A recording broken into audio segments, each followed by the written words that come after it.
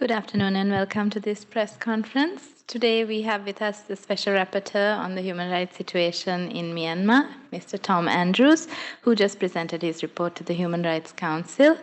We will begin with opening remarks by Mr. Andrews, after which he'll take your questions. With that, I give the floor to the Special Rapporteur. Well, thank you. Thank you very much, and good afternoon, everyone. It has been, it's an honor and a pleasure. Be okay? Yeah. Well, they can. Sorry. Yeah, but my sponsor wanted me to, no.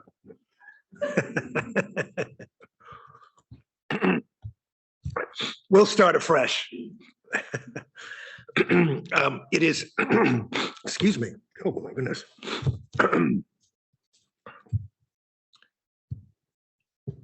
Today I addressed the Human Rights Council, both on the deepening crisis in Myanmar that has been manifesting in so many horrific ways, particularly the impact that this nightmare is having on families and children. It's been a year since I published a conference room paper on the impact of this crisis on children. And I said a year ago that unless significant change occurs, we could be facing a lost generation in Myanmar. Well, things have gone from bad to worse. We now know that over 800 children have been killed. That is as of the end of this past year. We're still compiling the statistics for this year, but it's that pace is not slowing. It's in fact increasing. So at least 800 children have been killed. 387 children are behind bars in Myanmar as political prisoners. Think about that, political prisoners. And 51 children are being detained, not because of anything that they've done, but because of their parents. They're being used as hostages, held as hostages to get at their parents or friends of the family. 660,000 children are now displaced in Myanmar, and 5.8 million children require humanitarian assistance. This is a disaster on top of a disaster, and it has the most profound impact on those that are most vulnerable, and that's the children of Myanmar. Now, I followed the High Commissioner remarks today. I was very pleased to do so, and the High Commissioner talked about, again, the very sobering, distressing news from inside of the country, and I concur completely with his findings. The question that I asked the Council today is, what are we going to do about it? And is the international community, are we meeting our basic responsibility, our moral responsibility, to provide support to those who are victimized by this crisis? So that was the focus of my remarks, and I'm afraid that there are signals. It's kind of like a bad news, good news scenario here. The bad news is, of course, things have deteriorated. The bad news is that $1 billion worth of weapons have been transferred into the hands of the junta since the coup. $1 billion. I published just a few weeks ago a comprehensive report called the $1 Billion Death Trade, in which we identify very specifically where those weapons are coming from, the jurisdictions of those weapons. We identified manufacturers of those weapons, and there was some very detailed information that we forwarded to some countries who have expressed an interest in enforcement action, so that we can try to stop the flow of these weapons to the junta. But nonetheless, over $1 billion of weapons have flown into the hands of the junta, and those weapons are being used to kill innocent people. And what's happening, the trend line in Myanmar is horrific, in that because the junta is having a greater instability on the ground in Myanmar, they are relying more and more on air attacks on villages, using these helicopter gunships as well as these jet fighters that are dropping bombs. In fact, there are incidences where, eyewitness reports of bombs being dropped on a village, and then rescue crews come in and families come in to try to help the victims.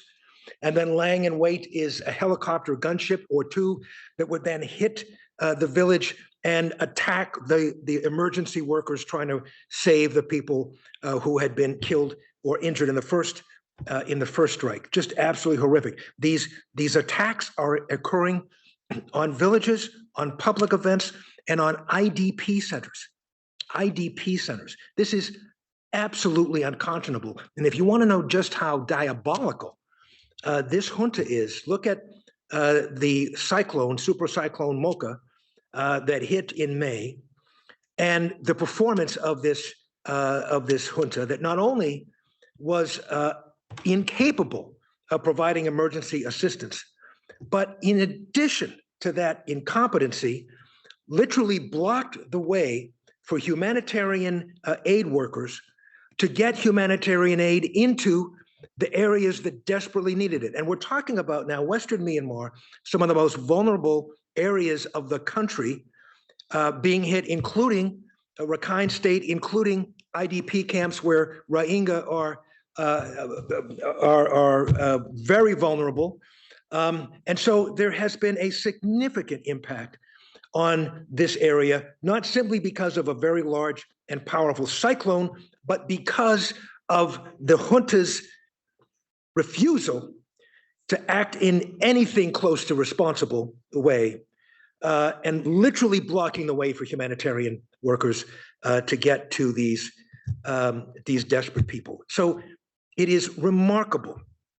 The downside, the bad news is absolutely stunning. Just how the challenge that we have, and how this junta is using these weapons to kill innocent people, and it just continues. There's an upside, and there was one of the questions I had today which really I stopped for a minute and was concerned about this, because the question was, well, is there any hope? I've lost hope was kind of how it was phrased, or is there hope for anything good to happen? And you think about it, and certainly probably for sitting in that Human Rights Council, people are hearing disaster after disaster after disaster. And certainly, sitting through the High Commissioner's report and then looking at my reports, it's a struggle to find hope. But there is hope. There is hope. And the hope is primarily inside of Myanmar. And it's with the young people who are leading this opposition movement, using great courage, great tenacity, great creativity. And I had the great pleasure of being in Indonesia a few weeks ago. I was a guest of the Indonesian government. I had a mission there. And it reminded me, I was in Indonesia in 1998 during the uprising and the revolution in Indonesia. And I was there and watched young people pouring out of universities, pouring into the streets, and we're watching taxi cab drivers and grandmothers and so forth, bringing them supplies and food. And I said, boy, these kids are gonna prevail.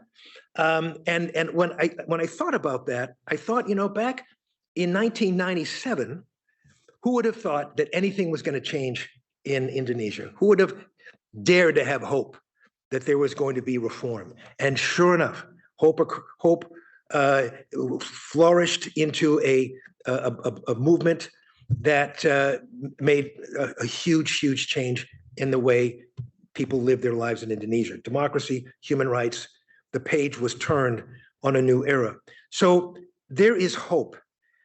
And the hope from the international community comes from members of including members of the Human Rights Council and others, reaching out to me to find out and to learn more about some of the conference room papers that we're putting out, some of the information that we're putting out. So Singapore, for example, reached out to me. I identified $254 million worth of trade that was being funneled through 138 distinct entities inside of Singapore, flowing weapons through Singapore, flowing into the hands of the junta, or weapons materials that would be used to manufacture weapons.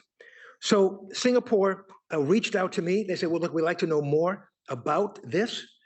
Can you help us? So I flew to Singapore. I met with many Singapore officials, met with the Attorney General, Customs Office, people in the ministry, and provided them with very specific information. I gave them companies, serial numbers, a lot of data that could give them the tools to then look at what is flowing through Singapore, look at the companies operating in Singapore that are involved in these weapon sales, and have the capacity to do something about it. Same with the United States.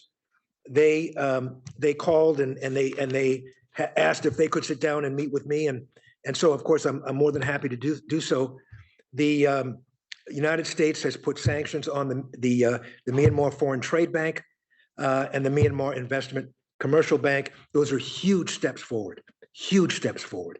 And if the United States would follow the EU's lead in imposing sanctions on the single largest source of revenue for the junta, Myanmar oil and gas, and then if the EU followed the United States in imposing sanctions on financial institutions, we would have really something going here. There needs to be coordination and strategy behind these sanctions and sanctions policies. And there needs to be enforcement, coordinated enforcement of these sanctions, because as my report found, these arms dealers are smart. And when one is sanctioned, they will create a fake company, give it to a brother-in-law, and then suddenly the money and the weapons can flow to this other entity that's not sanctioned. So this shell in the pea game has to stop, and we're providing information and analysis that can help that to happen. And the basic recommendation that I have is to not just sanction individual entities or businesses or suppliers, but networks of suppliers and those involved in arms transfers, and stop this pea in the shell game and invest the resources necessary to commit to the enforcement of these sanctions. Sanctions that are not enforced are not sanctions, and we need to do something about it. So the good news is that this is beginning to happen. There's the UK, Canada, the United States, EU are actually designated individuals within those respective governments to begin talking about coordination of these sanctions and sanctions policies. All a very important step, all in the right direction. Last but certainly not least, I spent time today talking about the victims of these atrocities, and there's no group that has been more victimized by the horror of the Myanmar military than the Rohingya ethnic Muslim minority. Over 700,000 literally had to run for their lives over the border into Bangladesh in 2016 and 2017 because of the genocidal attacks of the military. They're in Bangladesh now. More than 1 million Rohingya are in Bangladesh now, and they're living under extremely, extremely difficult conditions. Now, the tragedy here is that the international community has failed to provide the level of support that is necessary to sustain these Rohingya and the population that is being hurt the most by this lack of support are Rohingya children. We know that the joint response plan, the humanitarian joint response plan for the Rohingya is only 27% full. Now, listen, we are more than halfway through the year, and we're only 27% filled with this joint response plan, from which the World Food Program draws its money that it uses to provide food for families. Now, what does this mean in practical terms? In April, the World Food Program had to cut food rations by 17%. In June, last month, they had to cut food rations by an additional 20%, to the point now where if you're Rohingya and you're in these camps, you've got to figure out how to survive on 27 cents per day. 27 cents per day.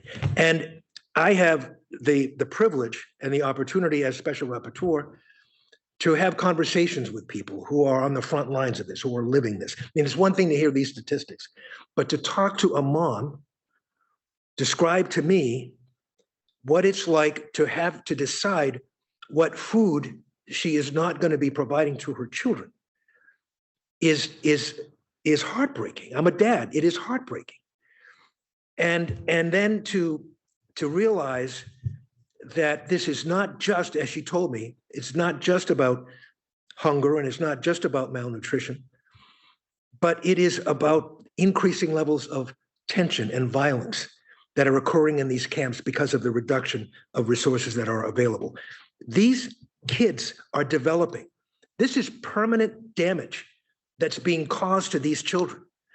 Malnutrition is going to be a factor for their entire lives. They will not recover from this. This is generational.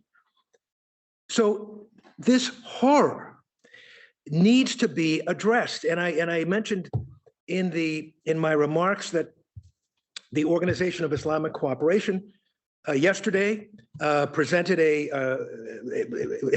a resolution, and the resolution was tabled yesterday at the council with respect to the Rohingya and the importance of the Rohingya. And certainly the OIC have made a very important point of bringing the Rohingya to the attention of the Human Rights Council, which is a very good thing. But as good as these sentiments are, and as important as and commendable as resolutions may be, kids, Rohingya children, cannot eat resolutions. And they're starving. And we need more than rhetoric and words. We need action. And I was very concerned when I learned that last year, only one of the 57 OIC countries had contributed any money to the Rohingya Emergency Joint Response Plan. Only one. So it is my hope, and I am making a very important point of appealing to both the OIC. I spoke to their Human Rights Commission a few weeks ago. I traveled to Kuwait. I traveled to Qatar. I was in Indonesia.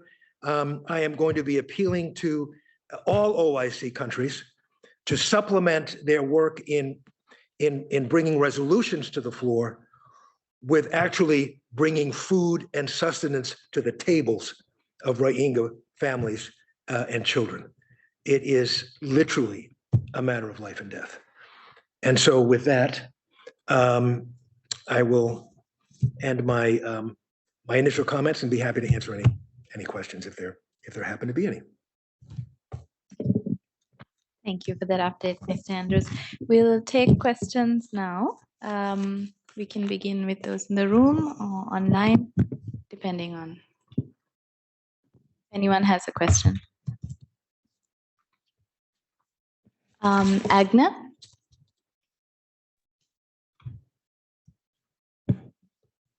Yes, hi everybody. Thank you for taking my question. Do you hear me? No. Yes. Ah, okay. I'm journalist for AFP here in Geneva, Agnès Pedrero. I have a question on the transfer of arms. The report, as you say, your report on the arms is mentioning that those networks are in Russia, in China.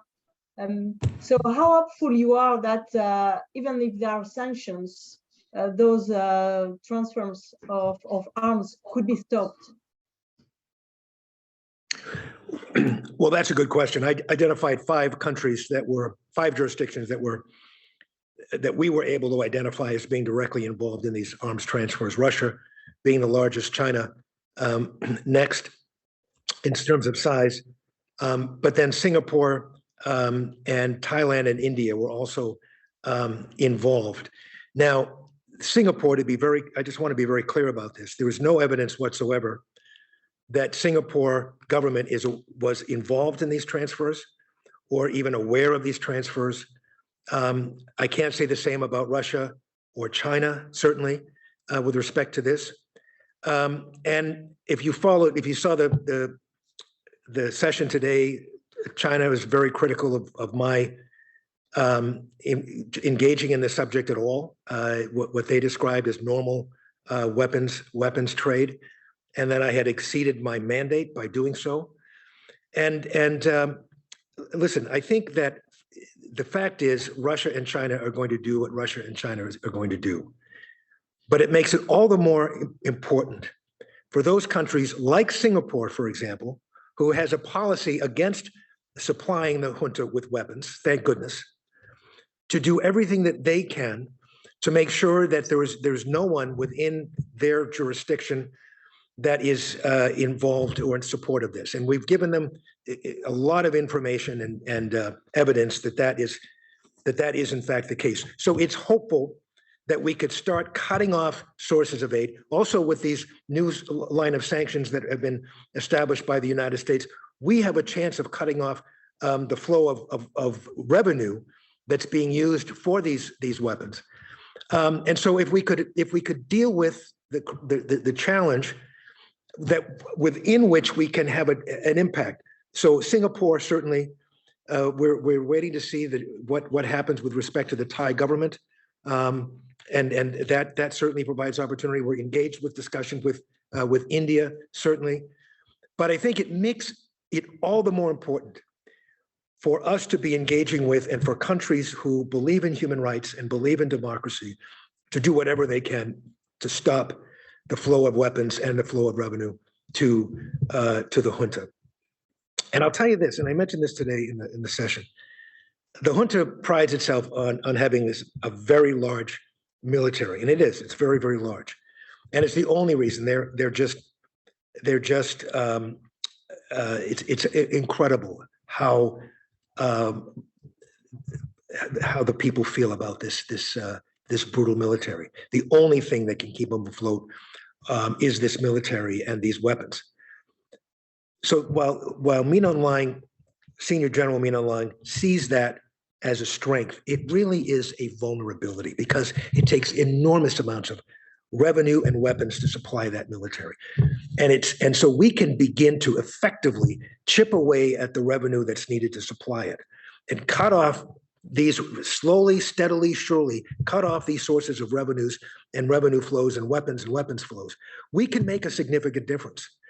And just like in the case of Indonesia, when no one thought it was going to be possible that there'd be significant change in 1997, and we saw what happened in 1998, that was because systematically progress was made until finally significant change finally occurred. I think the same thing has to be, that same rule has to apply in Myanmar. We've got the people of Myanmar working tenaciously and courageously inside of the country in their opposition. We need to be supporting them fully outside of the country with everything that we can do to support them. And I think that there's encouraging evidence that is happening. Thank you. We have another question from Nick Cumming-Bruce of NYT. Yeah, thank you for taking the question. You said you were in Indonesia. What we've seen from ASEAN so far has essentially been rather dysfunctional response to this coup and a lack of coherence in what it does about it. That still seems to be the case, despite what you say about Singapore on arms and a seemingly positive view of Indonesia. I mean, is there anything that you can see that shows ASEAN actually beginning to respond in a way that you would like it to, and to provide really a solid and united position that assists the resistance and criticizes the military? Thank you.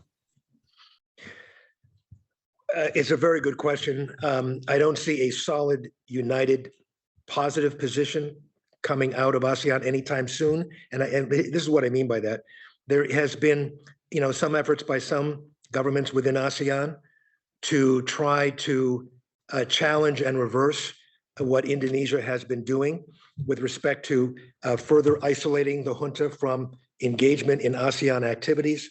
There was the Track 1.5 meeting that occurred in Bangkok a few weeks ago, in which there was a discussion of how to basically recognize the junta as a government, as if it weren't, murdering its people, and to bring it back as if into ASEAN without these restrictions that are currently being placed on them. So there's clear divisions within ASEAN with respect to how to deal with this crisis. Certainly, the foreign minister, who I spoke with at great length in Jakarta, has been doing yeoman's work in terms of trying to generate discussions and engagement and try to push the envelope and find any openings to see what can happen. I think what is necessary here is pressure and leverage, and that those countries within ASEAN who support human rights, who support democracy, they have an opportunity to work together to advance that pressure, and then to link up with countries outside of ASEAN who share those values as well, who are opposed to this brutality, and to work in consort to build the kind of pressure necessary to move this forward. It's been, as you know, it was April 24th, 2021, when the 5-point consensus was established in Jakarta. Senior General Min Aung Hlaing committed to those 5 points, the first of which was the cessation of violence. And the ink was not even dry on that agreement when Min Aung Hlaing was launching yet more waves of brutal attacks against innocent protesters, ordering that they be shot point blank. So from the very beginning, Min Aung Hlaing has shown that he doesn't take this process seriously. He doesn't respect ASEAN and the leaders of ASEAN. And the key here is recognizing that the only way forward is through pressure, through leverage, to making it clear to Min Aung Hlaing and his cronies that this is not sustainable. And so the degree to which that pressure can be applied, I think we can see some progress, the possibility of progress. But it's not going to happen without pressure.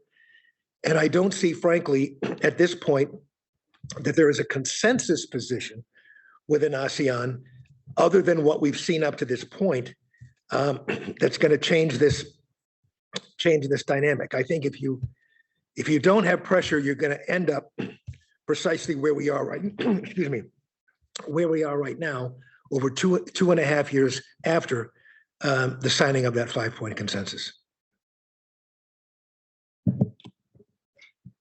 Thank you. Are there any other questions for the Special Rapporteur? Nick, you have a follow-up? Thank you. Yeah, sorry to hit you with another, but what's your assessment of the state of resistance to the junta at this point? You talked about the need for the junta to resort to airstrikes, but in territorial terms, meaningful territorial terms, do you see any indication of significant progress on the ground? Thank you. Yes, I mean, number one, the movement, the citizen movement, is as strong as I've seen it. They have a very vital citizen movement in terms of boycotts, in terms of civil disobedience. They are tenacious.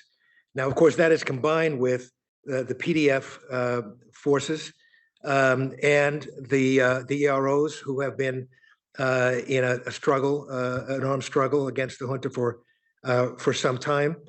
And it's hard to get an accurate read on exactly where things stand, but I don't think that there's much doubt that the junta does not control half the country of Myanmar. They're losing control on the ground, and that their forces are increasingly vulnerable on the ground to guerrilla style attacks. So it's because of that vulnerability that the airstrikes have continued, have increased. In fact, we've seen basically a doubling over the last year of the number of airstrikes hitting from the Air Force.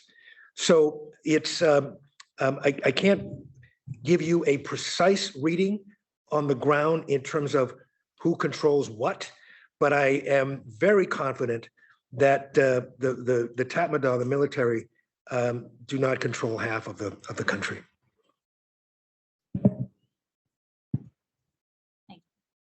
Thank you, Mr. Andrews. Any other questions?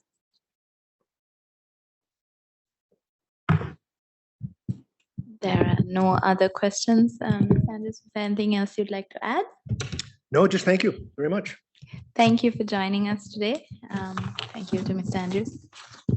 Have a good evening. Thank you.